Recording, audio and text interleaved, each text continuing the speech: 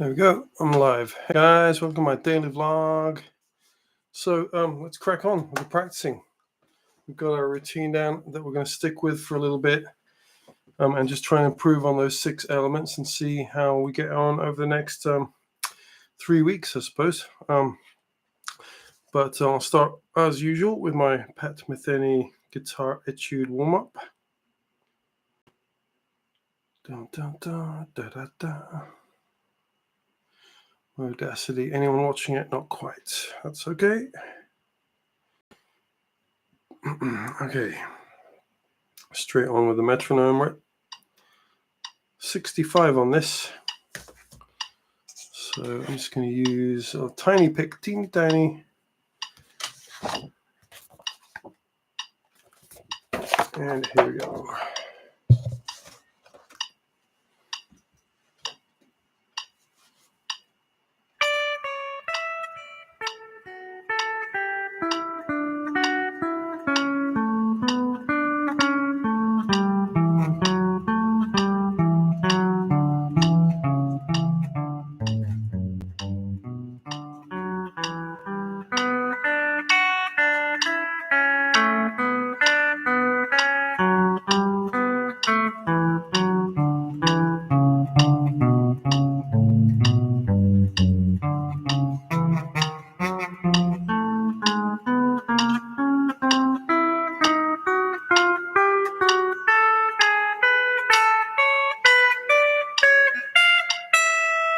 Oops. Oh, well, got to there. That was pretty good.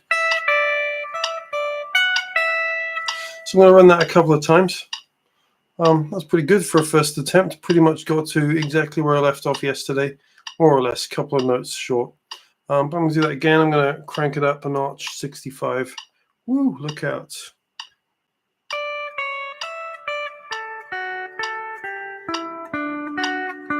Ah.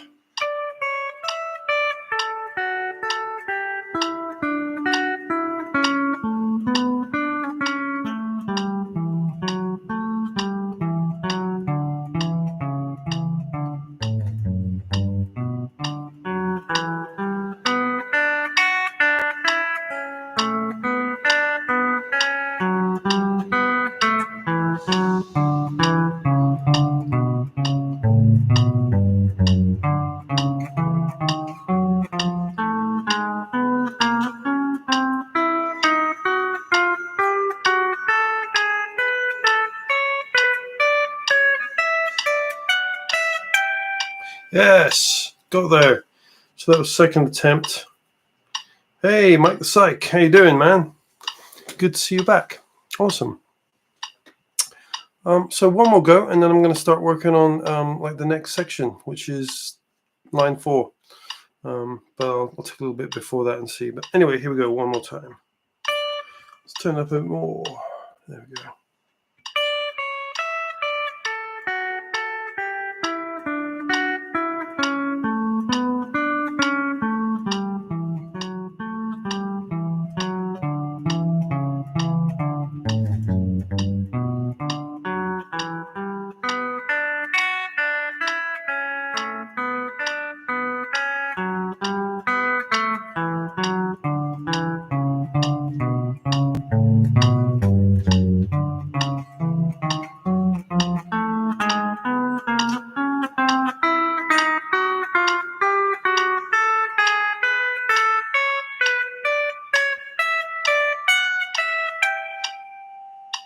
Got it again. Good. Sounding pretty good. So I'm going to work specifically on maybe the last 2 bars of line 3 and maybe actually just stop this for a sec. Maybe the last bar of line 3 and the first bar of line 4. So let's see. Okay.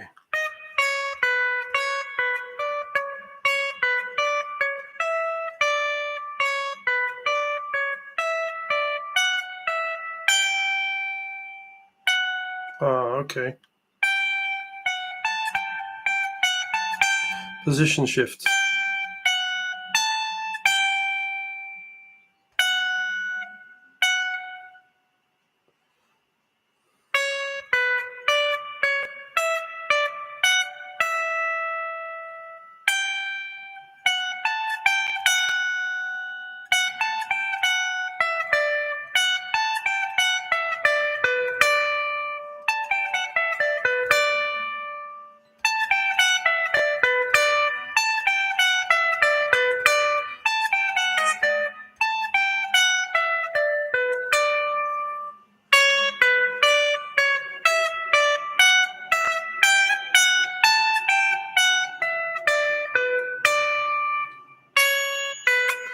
Okay, cool. So what are you playing? Is it an exercise? Yeah, it is an exercise, Mike the Psych. It's well, let me just kill this. So what I'm playing is this. It's the Pat Metheny Guitar Etudes warm-up exercises for guitar. And I'm basically working through the first exercise, which is this one here, exercise 1. And I'm pretty much like around about there. And so I can play all of that. And I'm kind of working on that bar and that bar. That's what I was just doing the last 30 seconds or so. So this is a great book. It's on Amazon. It's really good for warming up scale shapes, position shifts, your alternate picking, arpeggio shapes, broken thirds, all that kind of stuff. Just lots of like single note things. Really excellent for that. So I recommend that one. I'm going to move on to this one now. Modern Rock Guitar Soloing by Martin Miller. This is this guy's a total shredder. Pretty difficult to play a lot of his stuff, but I'm enjoying working on it and learning some stuff while I'm doing it, and it's helping my technique quite a bit. So let's crack on with that one. Cool. Martin Miller. So I've got a metronome set on this at 53. I think I'll play the first bar.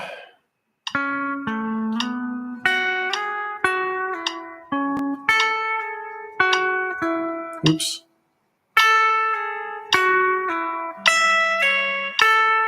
Forgot about the pull-offs there. So, and again, it's all upstrokes for the most part.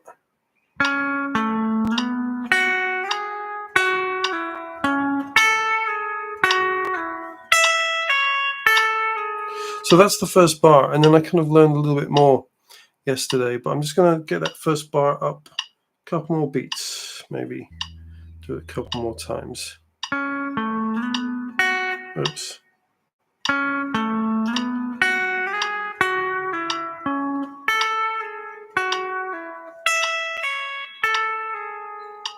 And again.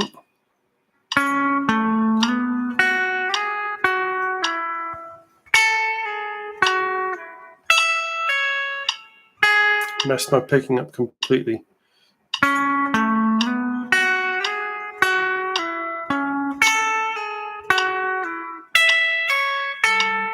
That's better. I'm going to do it once more.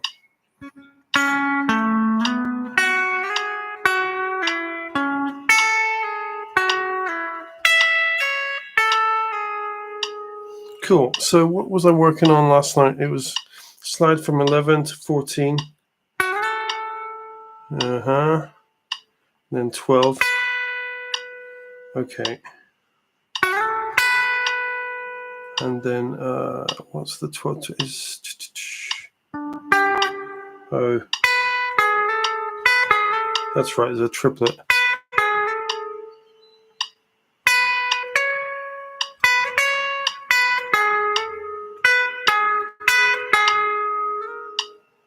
Right. Okay. So if we come off that.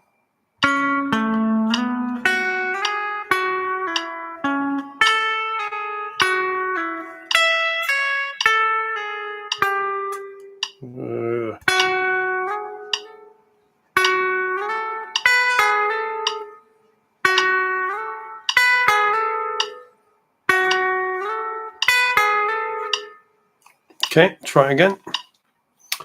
I'll buy a copy. Yeah, it's a great book. Definitely buy a copy. I have a massive library of just like books, tons and tons of books I've collected over the years. They're all great, even the old ones. You know, they've had a while. They're maybe a little out of date. They have some great information in there, and there's some great stuff. Like really, but I think this one's reasonably new. But yeah, definitely get a copy.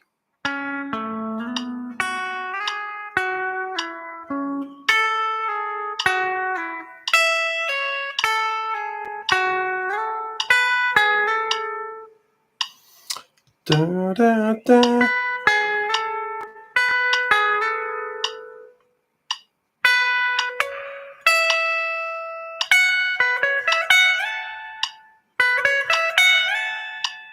Cool. So this bit here is over, let's see. Wrong picking again.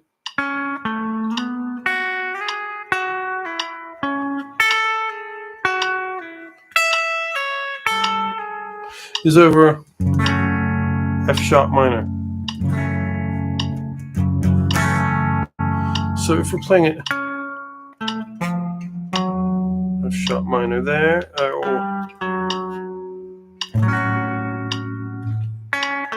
so we're starting on the 5 of the F sharp minor chord. Oops, minor.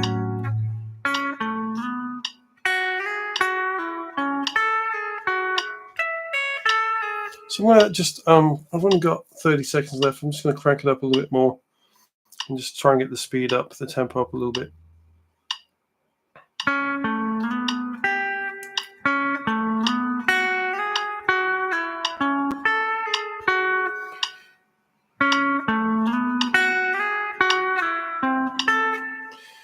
Da da da.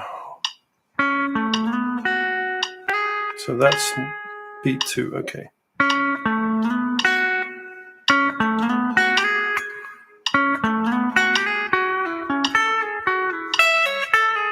So it's actually that speed. I've been doing it the wrong speed. Oh, that's time up. One more time.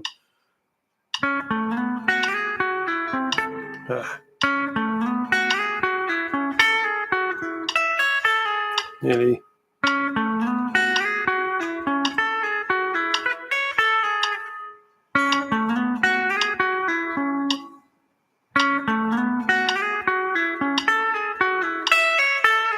There we go. Okay. So it could have been a bit more solid, but not bad. It's getting there. I'll take it. Joe Pass chords. Cool. So I was having a little muck around with Girl from Ipanema and trying to apply the jazz chords to it. And we looked at a couple of different things. So the first part of the chord progression goes from F to, I think it's D minor. I've forgotten. It's here.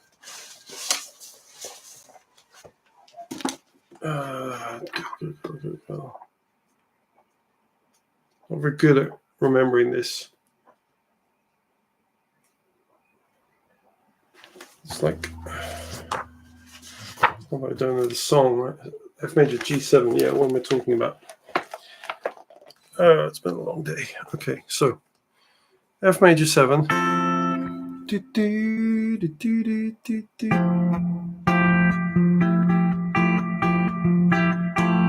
G7. Do it that way maybe. Or let's just work with that for a sec.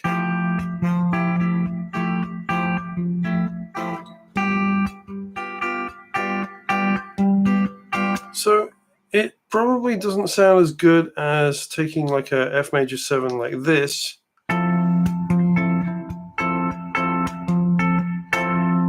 to the G7. If you see what I mean. Then G minor. So, but I probably wouldn't start off a 1 chord. Well, yeah, F major 7 is the 1 really on this tune. I wouldn't necessarily start off a 1 chord on, like a major 9 or some extension perhaps, because you're adding a lot of color to it, which can make it ambiguous, especially when we're talking about 9s.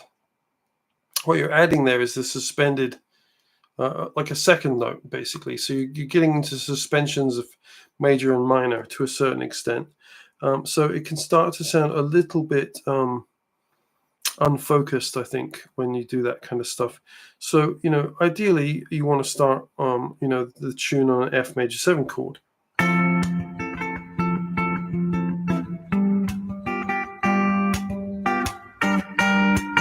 Etc.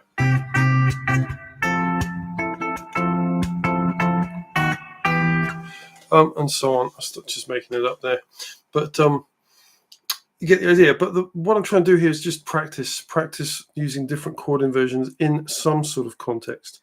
So back to that. One thing that obviously we found was quite disruptive was if you add the sharp 4, right, which is the second Joe Pass chord that we learned. So that really is adding this kind of Lydian sharp 4 type of sound to it. Definitely probably not a good place to start. But the other thing to consider is that sharp 4 is not in the key, right? So you can take this chord, and this is where once you start to sort of practice this stuff a little bit, and this is hopefully very useful information, I'm certainly find it useful, is you start to, once you work on something over and over and over, even if it's just 5 minutes a day, after 10 days, 9 days, whatever we're at, you start to think about, okay, well, what are the implications of what I'm doing? What are the, what's the chord structure? How does it all work? So if we take this chord here, F sharp minor, major 9, sorry, and then we add the sharp 11, we're getting kind of that sort of sharp 4 sound, not in the key. So how do we resolve that and make it sound better? Well, if you're doing, obviously play Lydian over it, that would help. But if you're not wanting to do that and you want to keep it more in the sound of that first of the one chord, then either note on either side of that sharp 4 is going to be in key. Okay, so you either move it down here and then you end up with, let's see, this kind of sound, or you move it from there to there, which is actually our sort of second chord. Okay, in not our second chord, it's which one was it? Maybe the third chord form. Yeah, so it's the third chord form. So all that's happening there is we've taken that sharp 4, moved it up, so now it's a 5. So now we've got 3, where are we? F sharp, so sorry, F natural, so 9, F natural 9. Yeah, so that becomes your chord now.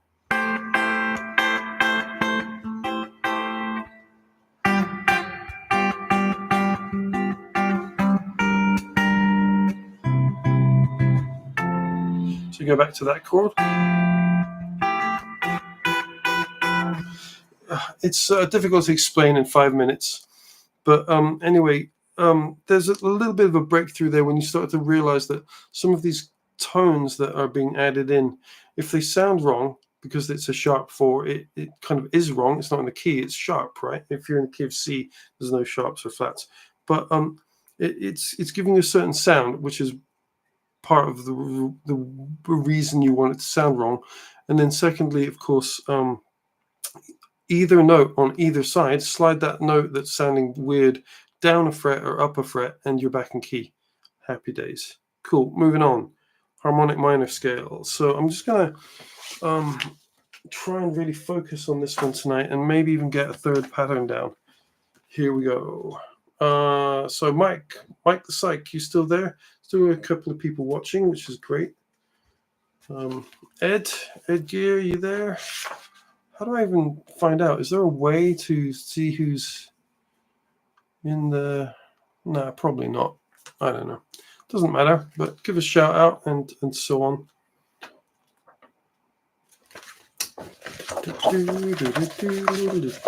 Okay, harmonic minor. Bum, bum, bum, bum, bum, bum. Metronome. 71 beats a minute. So let's practice the first one.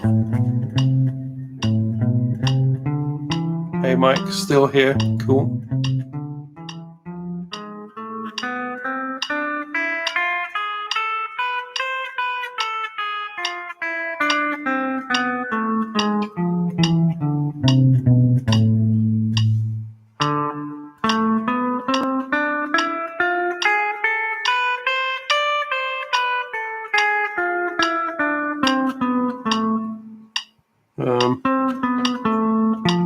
Oh yeah.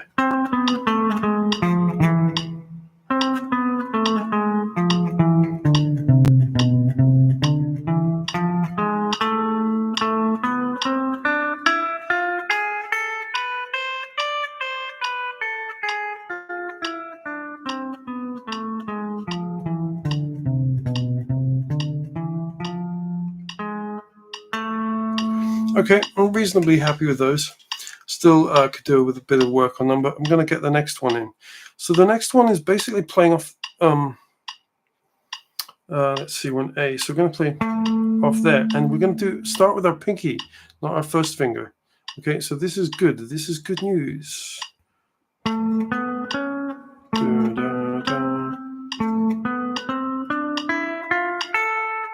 Oops.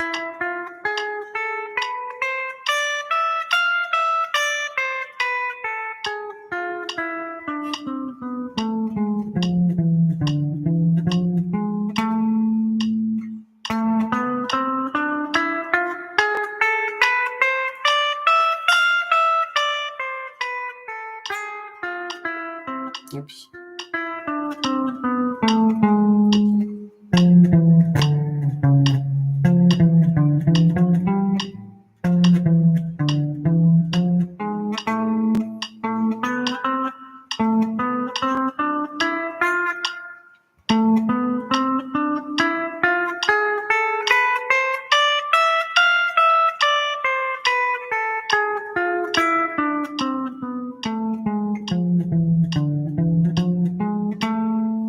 There we go. Kind of getting there. So those three are sounding good. That's 3 out of 5.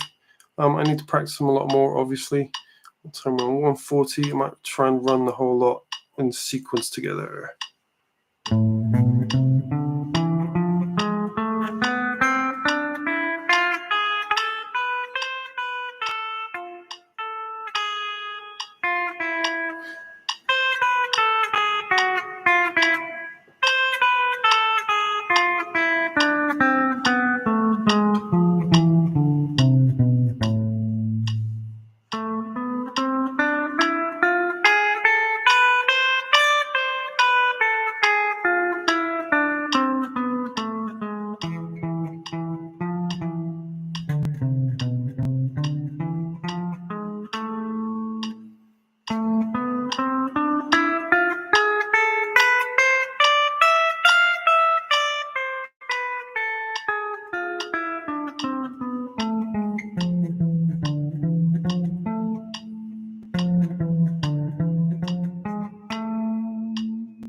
Cool, getting there, definitely.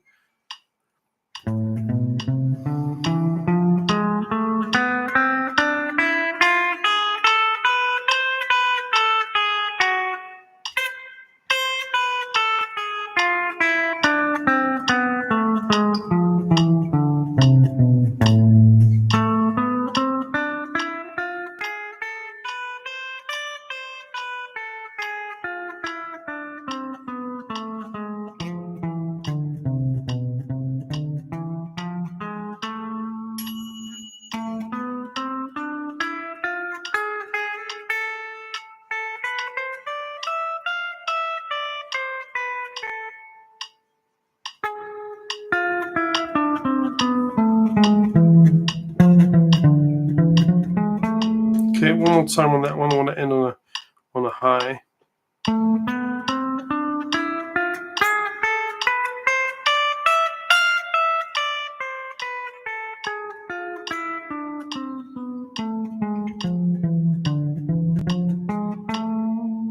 That's better.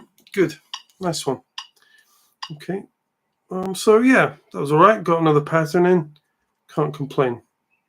Arpeggios. Cool. So I was working on the major arpeggios. There are some major arpeggios that I know really well and use a lot, and then other ones that not so much. And that's the ones that I'm working on at the moment. So I'm just doing. Okay. Yeah. Finish your sentence, man. So I'm going to practice this one in A.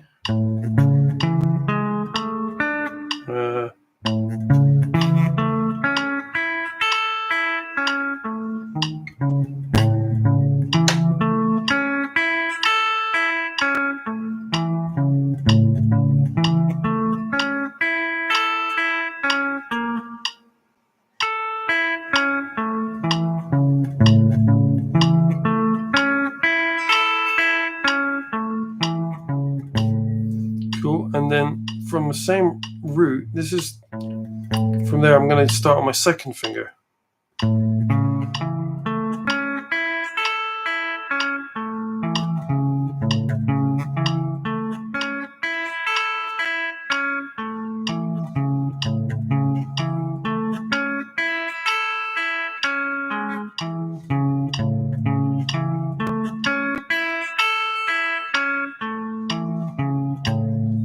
Cool, and turn up the speed a little bit. And now, key of A, I'm going to work on my next shape.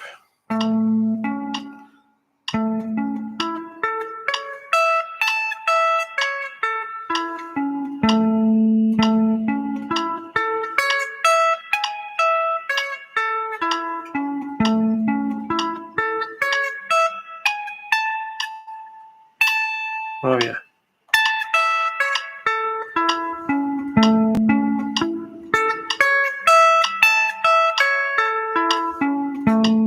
So now we have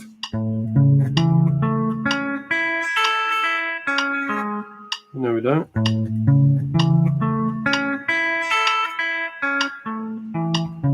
In fact, I should start off the second finger. So if I'm moving this way up the neck, it makes sense to start there because I'm in a lower position. I'm in position 4.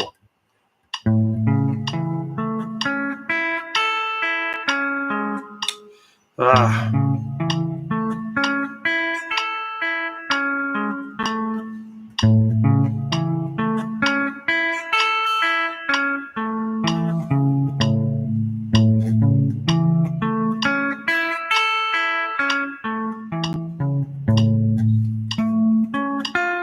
What am I doing? Forgot what I was doing. Oh.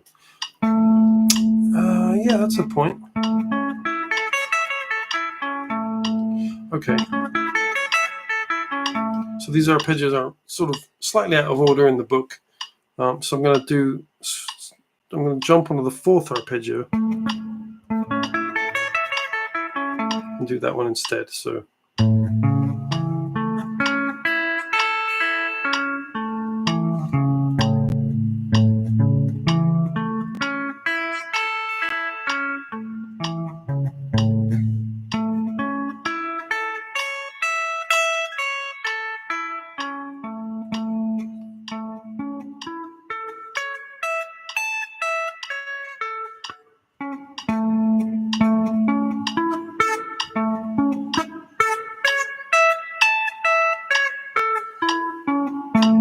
So there's the 4 arpeggios in the book that I've got here. Big coffee stain on it. Awesome. Was it me? Probably. So let's run them again. 45 seconds to go. So.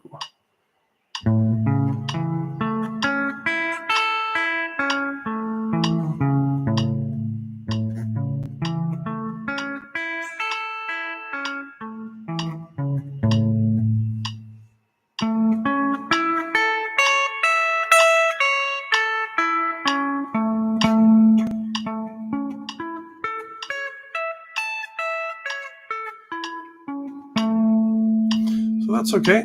Getting down 4 arpeggios.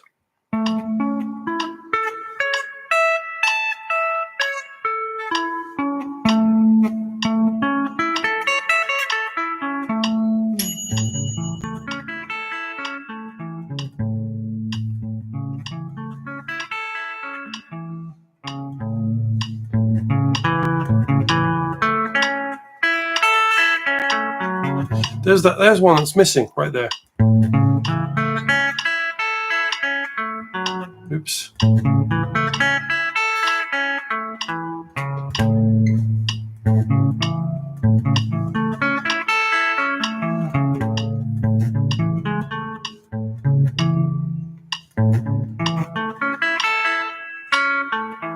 So there's 5 in total. Only 4 in the book, but 5. There's actually more than that. There's ways to interconnect all of those as well. So you're playing part of one of those arpeggios and part of the other. It's kind of endless. The more you get into it, the more it's just this kind of constant stream of flux, if that makes sense. Anyway, that was good. I'm happy with that. And Finally, Girl from Ipanema. So what I'm going to do today is we've spent a lot of time on the chords, and I'm kind of using part of the chords as my chord exercise for Girl from Ipanema. So, come on, where are you? Let's learn the melody, or start the melody.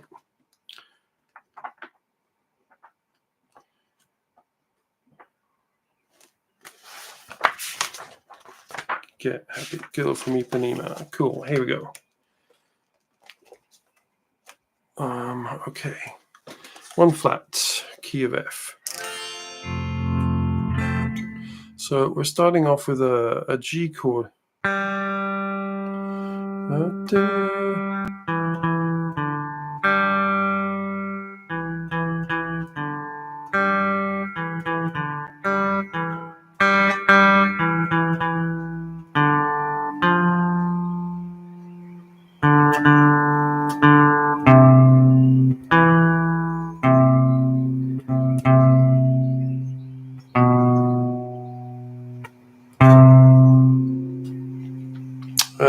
I guess so.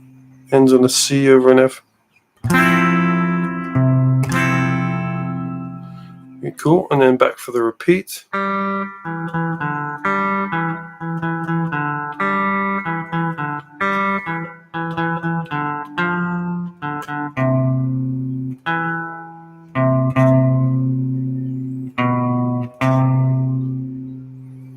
Dun, dun. I guess so, yeah. Then it goes to the B flat, G flat. So that's F.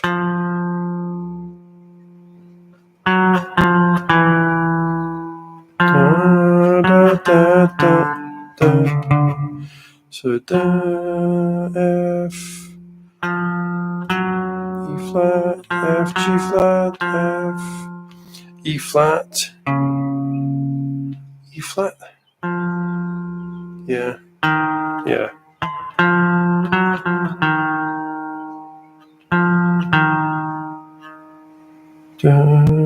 C sharp.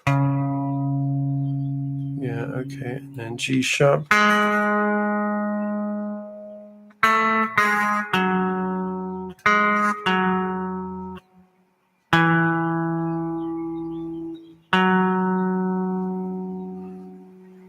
Sounds about right.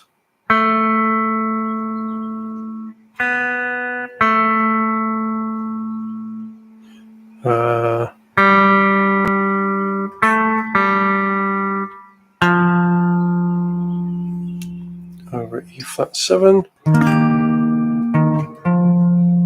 Okay. And then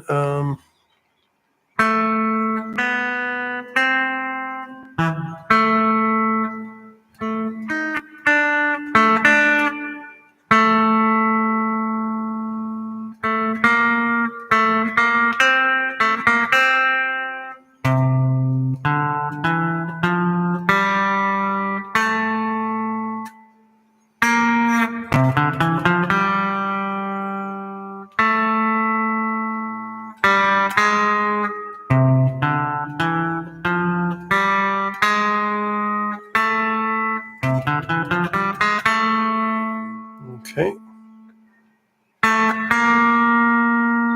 B flat.